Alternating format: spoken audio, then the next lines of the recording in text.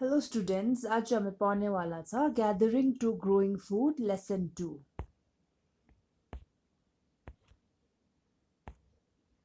Okay.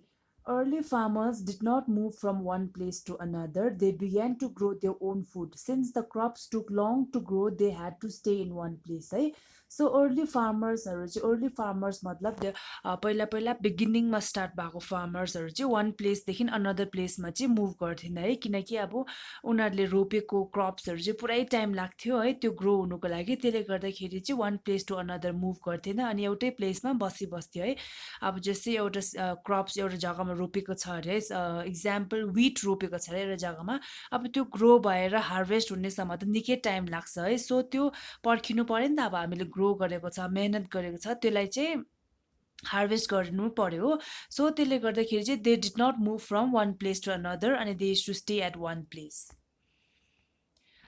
Okay, archaeologists have found evidence of early settlements. What kind of evidence do you think they would have found? है so आर्कियोलोजिस्टहरूले चाहिँ एउटा evidence पाएको थियो कि अब early सेटलमेन्ट्सहरू थियो भनेर एउटा एभिडेन्स पाएको थियो है सो तपाईँहरूको अनुसारले चाहिँ त्यो एभिडेन्सहरू चाहिँ के होला जस्तो लाग्छ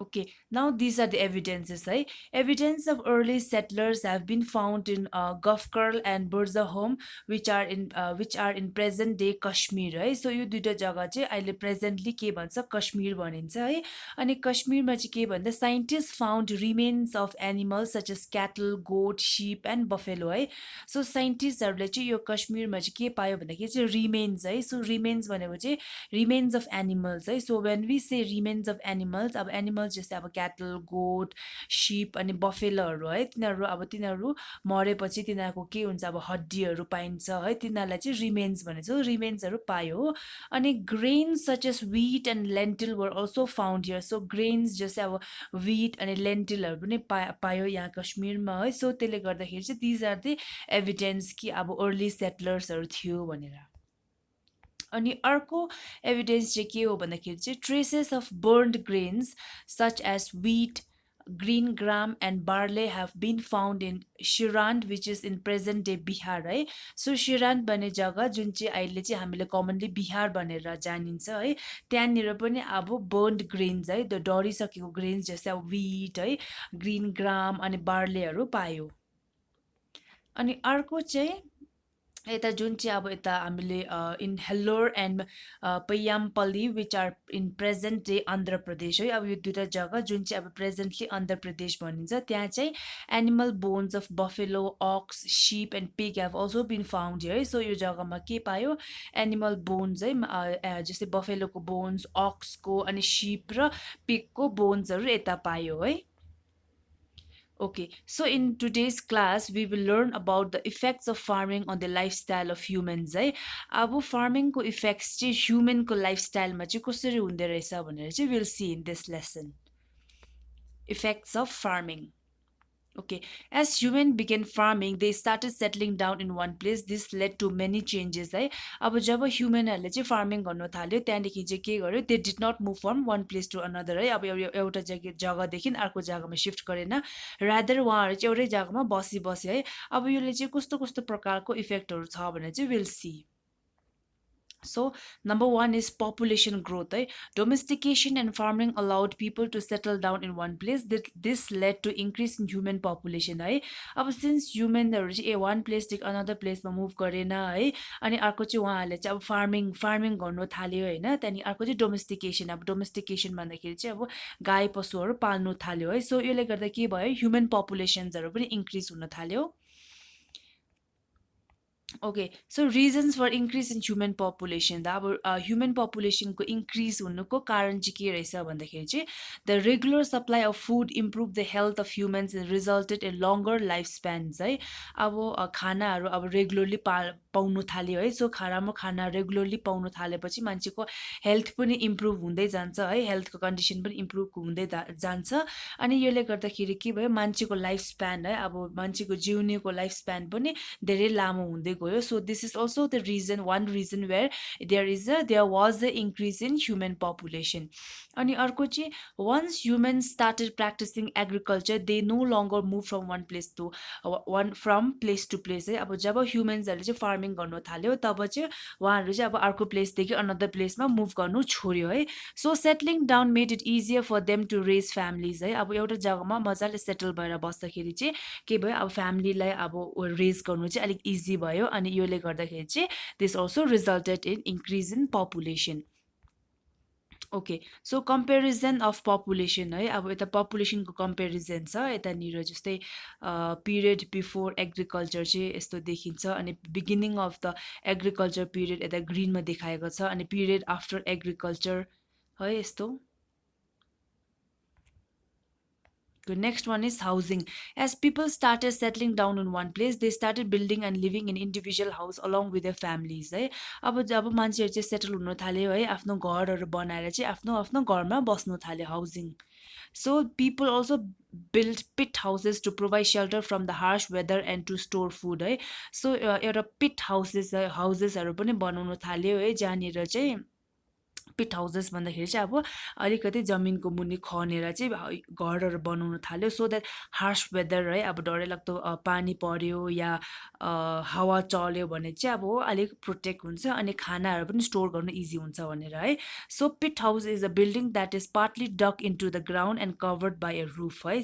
जस्तै मैले भनिहालेँ अब जमिनदेखिको अलिक मुनि खनिन्छ अनि त्यहाँ चाहिँ त्यसलाई चाहिँ पिट हाउस भनिन्छ। सो पिट हाउस किन बनाउँछ भन्दाखेरि चाहिँ अब हार्स वेदरहरूबाट सेल्टर पनि पाउँछ। जस्तै हार्स वेदर भन्दाखेरि अब डरैलाग्दो पानी पर्यो या पुरै विन्डी भयो या हिउँ पर्यो अनि खानाहरू पनि स्टोर गर्नुको लागि चाहिँ very helpful. Next one is storage है। Early settlers started making pots and jars to store grains है। अब अर्ली सेटलर्सहरूले चाहिँ पट्सहरू बनाउन थाल्यो है पट्स जार्स सो द्याट अब उहाँहरूको ग्रेन्सहरू चाहिँ त्यसमा स्टोर गर्नुको लागि अनि this ensured regular supply of food.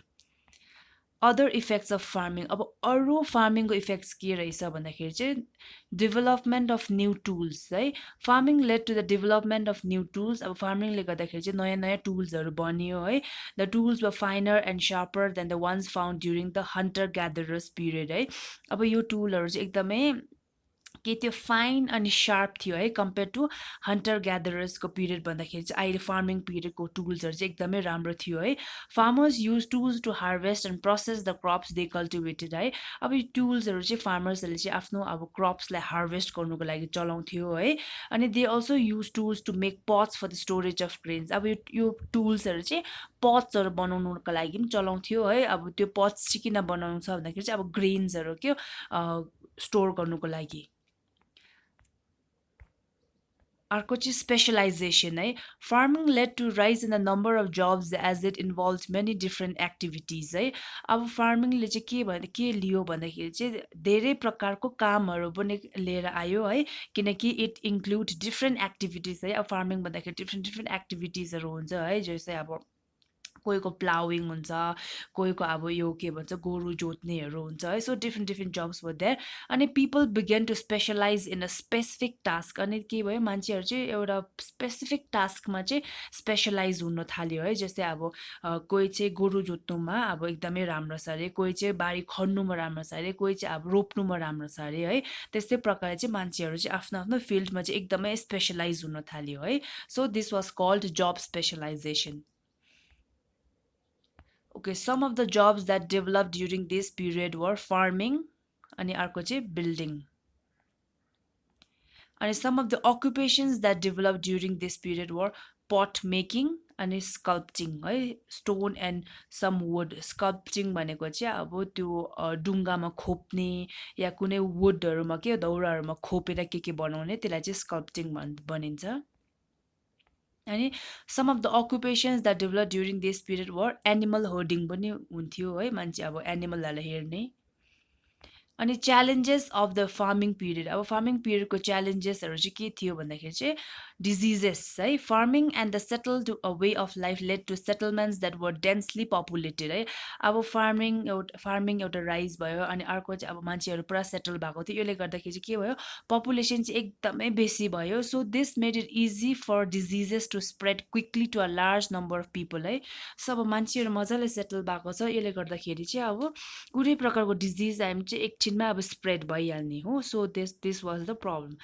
अनि अर्को चाहिँ लेस भराइटी अफ फुड है hunter gatherers ate more variety in their diet as they ate a range of animals and plants है अब हन्टर ग्यादरर्सहरूकोमा चाहिँ धेरै प्रकारको खानाहरू थिए किनकि उहाँहरू चाहिँ अब एनिमल्सको पनि खाइहाल्थ्यो प्लान्ट्सको पनि खाइहाल्थ्यो है so this meant that they consume more nutrients होइन तर farming on the other hand led to high dependence on wheat and barley है अब फार्मिङ गर्दाखेरि चाहिँ मान्छेहरू चाहिँ विट र बार्लेमा मात्रै डिपेन्ड गर्थ्यो सो दस the variety of food decrease variety of food चाहिँ अब एकदमै कम्ती हुन थाल्यो किनकि फार्मिङ पिरियडमा चाहिँ अब विट र बार्लेमा मात्रै मान्छे डिपेन्ड गर्थ्यो वेरेज हन्टर ग्यादरर्सहरू चाहिँ अब वाइड रेन्ज अफ एनिमल्सबाट पाउने मासुहरू प्लान्ट्सहरू खाइन्थ्यो सो त्यो प्रकारले चाहिँ उहाँहरूले चाहिँ अब धेरै किसिमको न्युट्रियन्ट्सहरू पाइन्छ तर फार्मिङ पिरियडको मान्छेहरूले चाहिँ अब एकदमै विट र बार्लेमा मात्रै डिपेन्ड गरेकोले गर्दाखेरि चाहिँ भराइटी अफ फुड चाहिँ एकदमै डिक्रिज भएर गयो अनि dependence on rain है in order to grow crops and obtain food farmers had to depend on external factors such as rain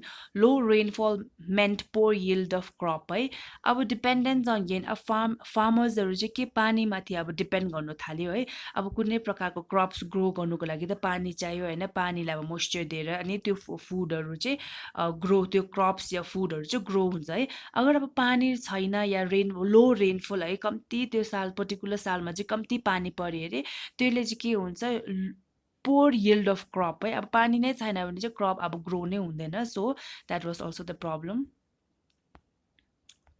अर्को चाहिँ थेफ्ट एन्ड एट्याक्स है with agriculture farmers that more crops and tools to store hence there was a huge possibility of theft है अब since farming गर्नु थाल्दाखेरि मान्छेहरूको धेरै किसिमको टुल्सहरू थियो है अनि उहाँहरूकोमा धेरै प्रकार या ज्यादा मात्रामा खानाहरू पनि थियो है फुडहरू पनि थियो सो यसले गर्दा चाहिँ के थेफ्टहरू के चोरी लाग्ने उयो पोसिबिलिटी पनि भयो people from one tribe would often attack another to steal crops and tools है अब एउटा ट्राइबको मान्छेले अर्को ट्राइबको मान्छेलाई चाहिँ एट्याक गर्थ्यो है ताकि अब त्यो एट्याक गऱ्यो भने चाहिँ त्यो खानाहरू त्यो टुल्सहरू चोर्नु सकोस् भनेर हो so this was also problem